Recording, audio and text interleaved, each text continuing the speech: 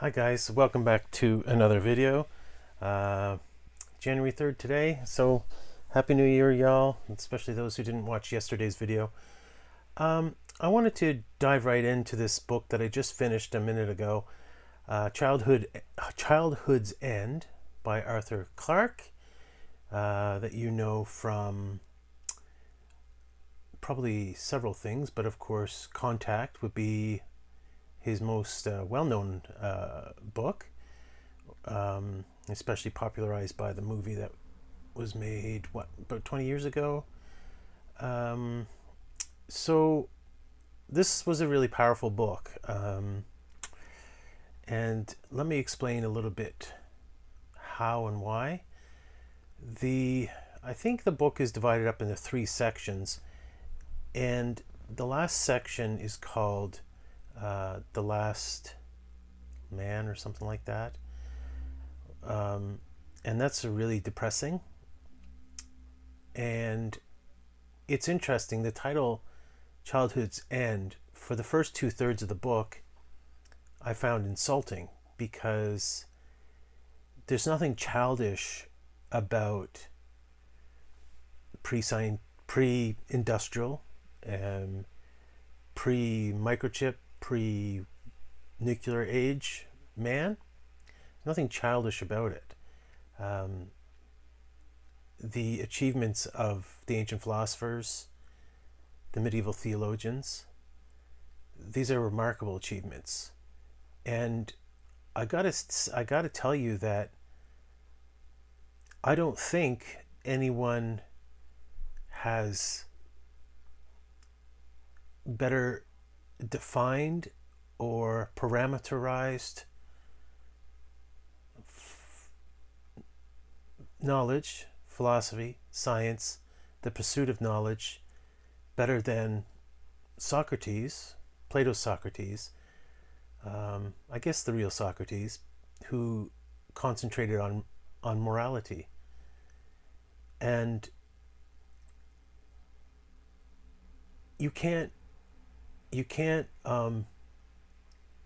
progress in morality. You can't progress in goodness through the accumulation of knowledge.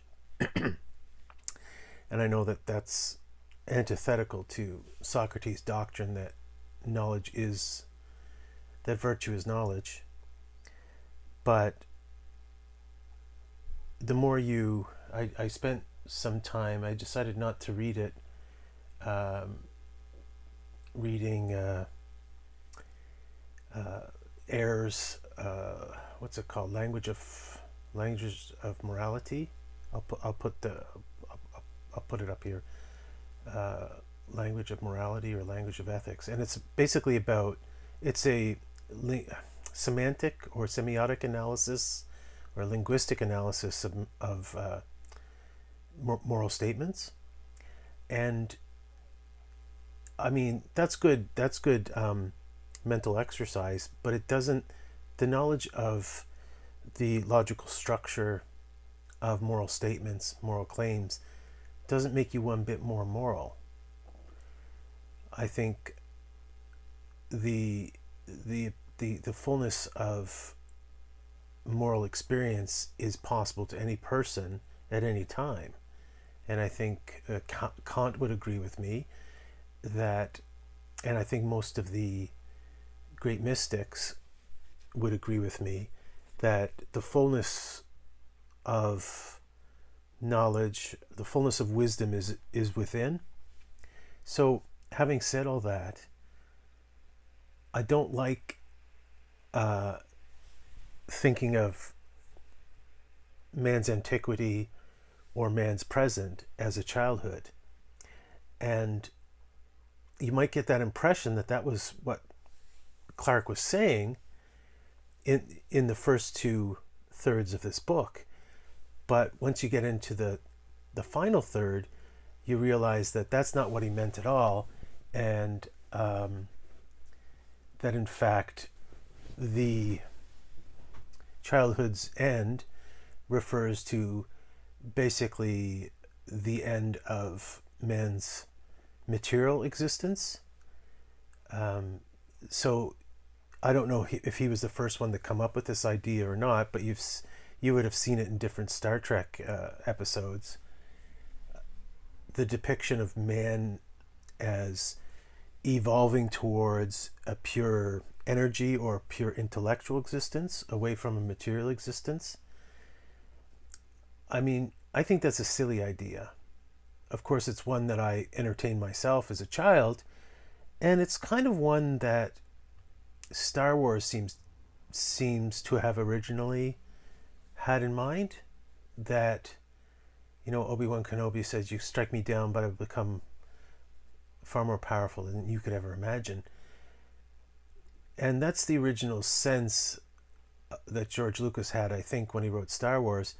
But you can see that that idea was kind of pushed away in the prequels because, and if you know sort of Star Wars lore in depth, that afterlife kind of thing isn't the universal experience of Jedi's or whatever. It's just one particular kind of thing that different Jedi's can experience or whatever.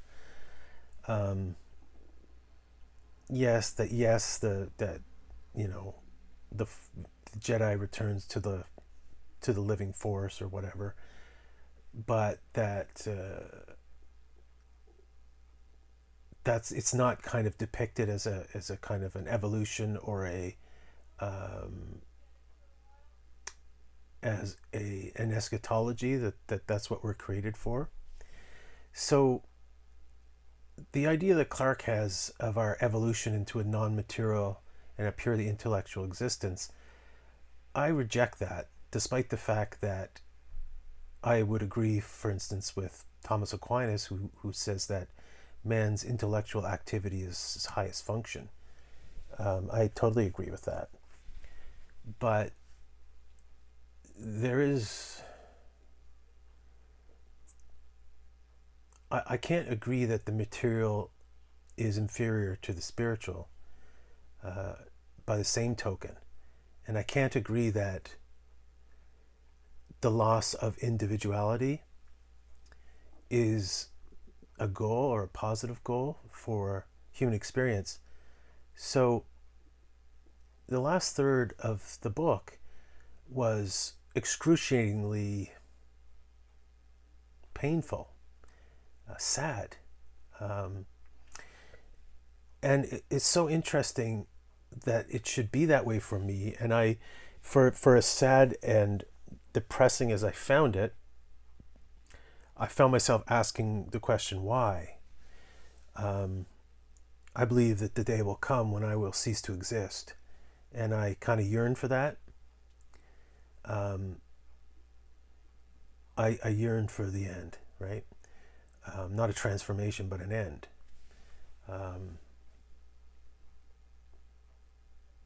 And so, but it's so funny that I cannot think of the end of the human race as the same thing as the end of me. Although the end of me will be the end of the human race insofar as I'm concerned. There's something tragic about the end of the human race in and of itself to contemplate. I think part of the problem for me, or part of the pain, was that, say for instance, if mankind annihilates himself through nuclear war or through disease or something, be that as it may, Clarke's vision of the evolution of mankind as a sort, almost as a very quick termination of the culture of the world, and he separates basically adults from children. All the adults basically lose their young children because of this evolution. That to me is far more painful than that if the world just blew up and we all are snuffed out together, right? I mean, it's easy enough for a parent to feel that way, that if their children were taken away, a parent would have no, like I feel, I know I would have no ability to endure that. But isn't it interesting that it is this way? I mean, I know that someday I'll be snuffed out of existence, but in the meantime, I'm very strongly attached to the idea of my children's continued existence and enjoyment of life, right? So the snuffing out of human life, as depicted by Clarke through an evolution, frankly non-scientific, very non-scientific idea of evolution, is abhorrent to me. So you're gonna have to read the book if you really want to know sort of how it plays out. Besides that, I found the book very enjoyable. I thought that when I was halfway through the book, I thought that this review would be focusing on.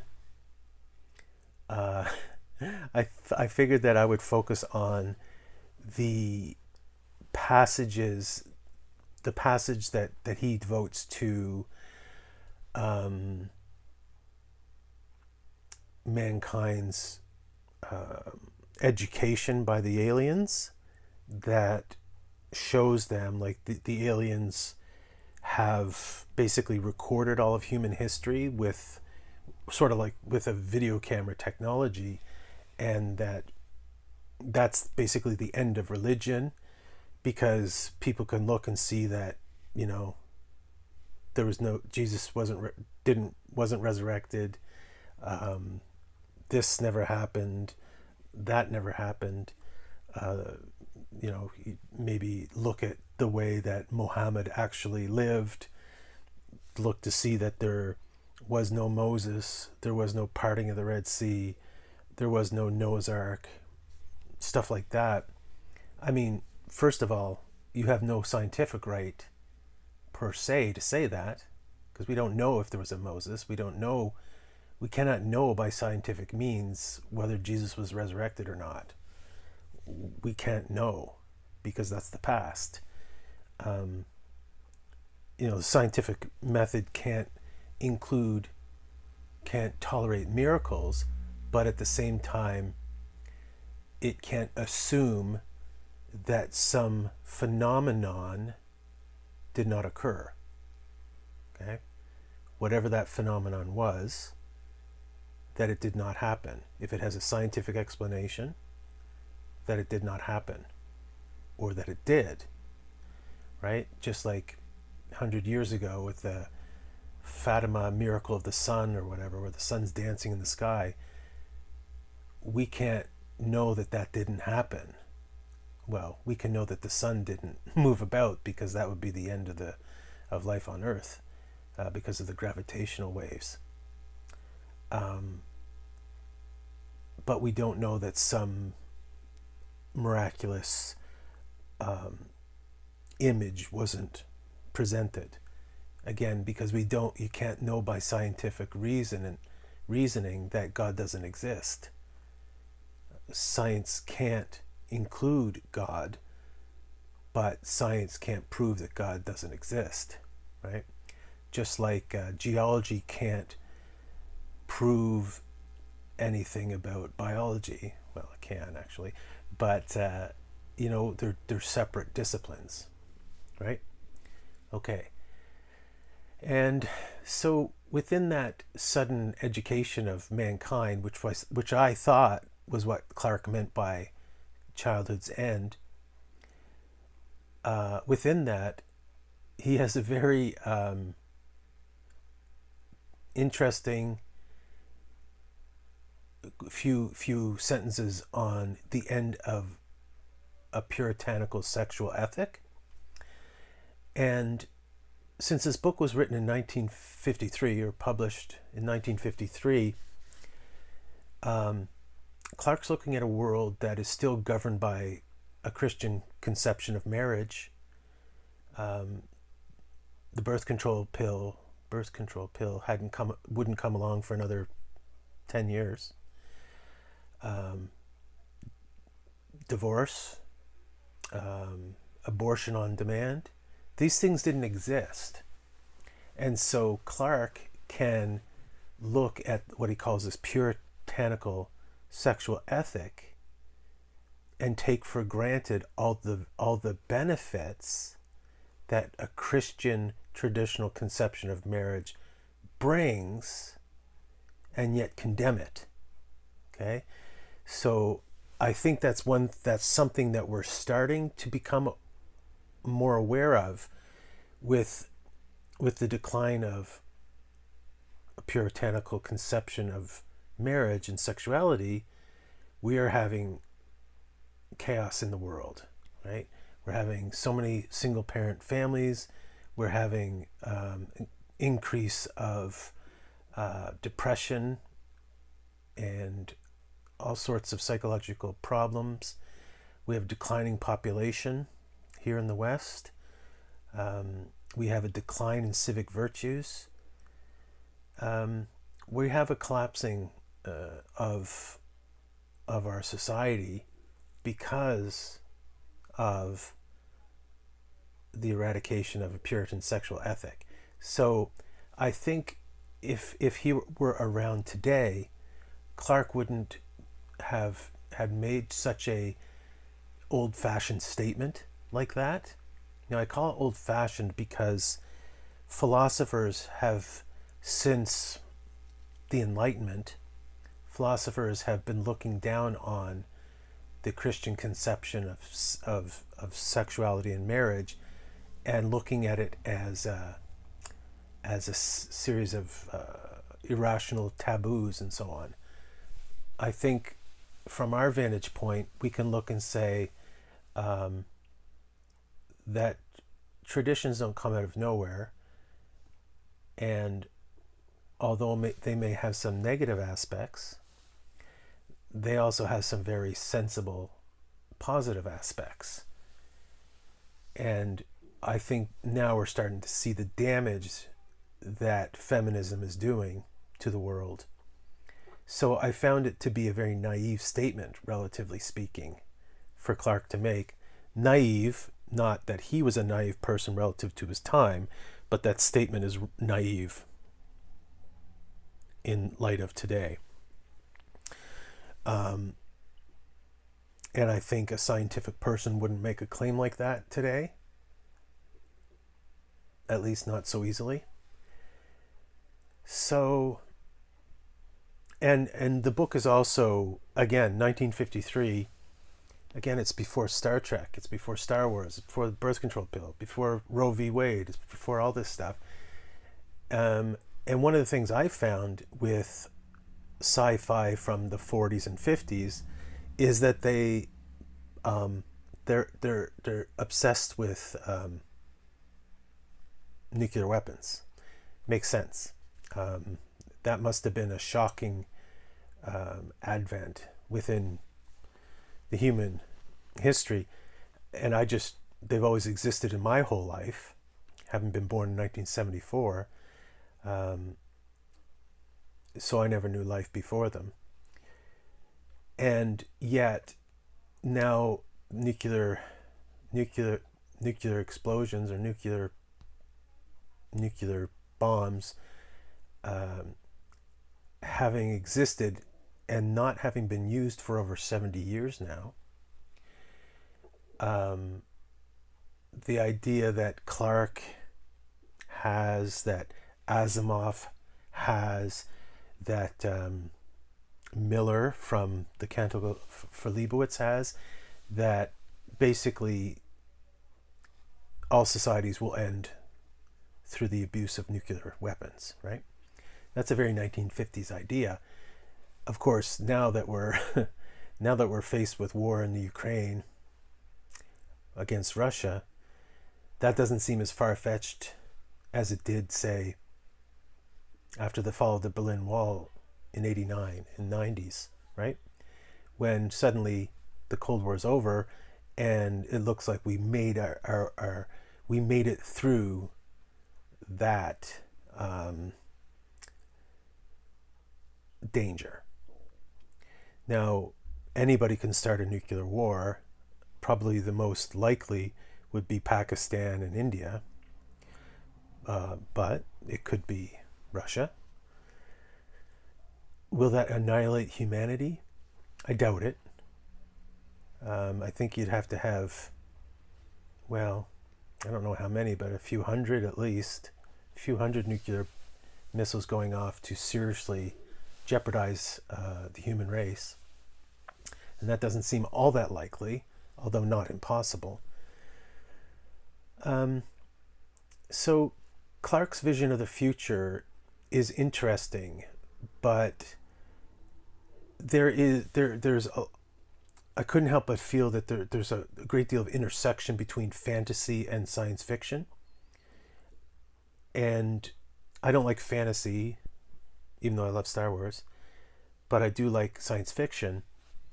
And I find, like, obviously we can't say that humanity's future won't be as Clarke describes it, but we can't call that evolution, because evolution is a response to environment. It's not a supervenient superimposition of forces upon species such as it is. Man is not evolved. Evolution happens through succeeding generations. So you can't have an external force coming down upon a species to transform it. It is a winnowing of environmental factors to favor or prejudice certain features within a species, right? So I didn't like his picture of humanity evolving into an energy or intellectual existence. I mean, again, just like science can't exclude the existence of God, I can't exclude by scientific or philosophical means that his view of the future won't happen. But I find it a depressing one. I never thought I would think that, because as a child growing up with Star Wars, you think that the evolution of humanity away from physical existence to energy or whatever is a positive thing, because that makes us omniscient and omnipotent, right? But I don't see that as a good thing. I don't want to exist that way. I like this existence for as much as I could like any existence. I like learning through discursive reasoning, through experience. I like my individuality. I like this kind of existence. I don't want to trade this kind of existence for another kind of existence. So if Clarke means it as a good thing, I cannot agree with that. And that's why the book is so tragic to me. You know what it kind of reminded me a bit about was the movie The Girl with All the Gifts. I think you should check that out. And I'm going to watch it again. I think I've watched it twice already. I think I'll watch it a third time. Because it has a really interesting twist at the end, which is kind of an evolutionary thing, which is interesting. So I don't know what the future of our species will look like. You know, if you take, for instance, H.G. Wells' Time Machine, in 800,000 years from now, we'll be fragmented into two disparate species, and neither one of which is a kind of evolution that I would like. I don't see it as an improvement. So that's one thing you have to remember. Evolution is not improvement. Evolution is changing in relation to your environment. So you can't say that an alligator or a bird is better than a dinosaur. You can say that a bird is better than a dinosaur in this environment, but you would have to say that dinosaurs were better than birds and alligators in their environment, right? So evolution is not progression, right? So that's an important distinction that we always have to insist upon. Mankind is not improving. We became what we were when we became Homo sapiens. Socrates was and will always be the best of us. Other people can be Socrates, but they can't be greater than Socrates or Jesus or Buddha or whatever your criteria is. So that's something, and I don't like the mixing of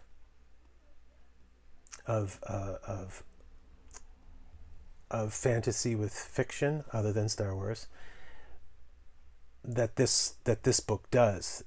And this book was a difficult read, spiritually, right? Especially the last third was very difficult for me personally. Do I recommend you read it? It was very enjoyable, a very entertaining story. But I found it difficult to read in that sense.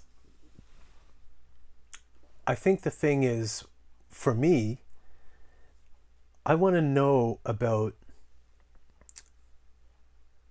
I want to think about and read stories about the development of our technology to explore space and what adventures and discoveries are out there. In this story, Clarke says, "Man, the stars are not for man," right? Because of that weird evolution thing that happens. He says the stars are not for man, and that bums me out. I want the stars to be for man.